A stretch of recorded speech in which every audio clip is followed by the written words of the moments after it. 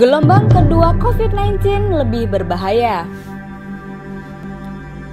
Juru bicara pemerintah untuk penanganan COVID-19, Ahmad Yuryanto, menyatakan penyebaran virus tersebut di dunia memasuki gelombang kedua. Oleh karena itu, Sekretaris Direktorat Jenderal Pencegahan dan Pengendalian Penyakit Kementerian Kesehatan itu meminta masyarakat tetap waspada terhadap penyebaran virus corona gelombang kedua. Namun, angka kematian akibat virus itu dilaporkan menurun. Kalau sebelumnya angka kematian 3%, sekarang menjadi 2%. Dia mengemukakan situasi pada gelombang pertama berbeda dari gelombang kedua. Gelombang pertama terjadi sejak wabah virus corona meledak di Wuhan, Tiongkok. Pada gelombang pertama, angka penularan di daratan Tiongkok sangat tinggi, sedangkan di negara lain sangat rendah. Pada gelombang kedua, yang terjadi justru sebaliknya. Ada 20 negara yang baru melaporkan ada kasus tersebut. Artinya, penyebaran virus itu cepat sekali. Selain itu, terjadi perubahan gambaran klinis dari infeksi itu. Bila pada gelombang pertama, masa inkubasi 14 hari, penderita mengalami gejala demam, batuk, dan sesak napas. Pada gelombang kedua, dalam penyebaran virus corona masa inkubasi bisa lebih lama. Alhasil, publik menganggap terjadi kebobolan dalam diagnosis. Ada anggapan 14 hari masa observasi sudah negatif, boleh pulang. Namun, ternyata muncul pada hari ke-20 atau ke-21 dan menular kemana-mana. Ada pula kasus pada gelombang kedua dengan gejala minimal, bahkan asimptomatis alias tanpa gejala. Yuryanto mencontohkan penularan terhadap 2 orang warga negara Indonesia yang positif terkena virus corona.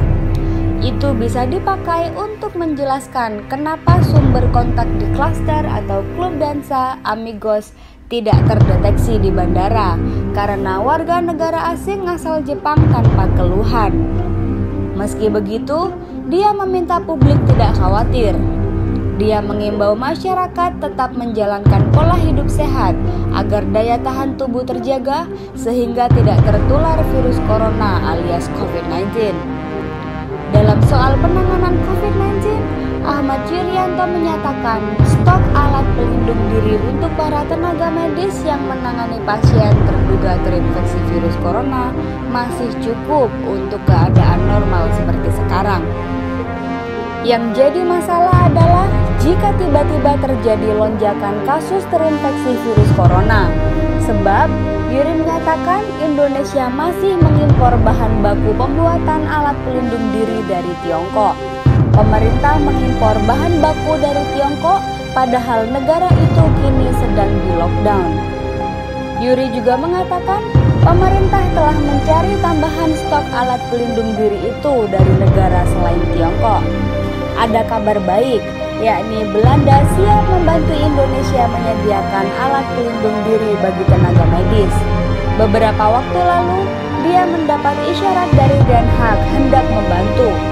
Kabar soal kekurangan alat pelindung diri di sejumlah rumah sakit, jangan langsung diartikan setiap rumah sakit harus memiliki alat pelindung diri berlebih. Sebab, belum tentu setiap rumah sakit bakal menangani pasien terinfeksi virus corona. Kini, masker pun menjadi benda paling dicari karena kemerebakan virus corona.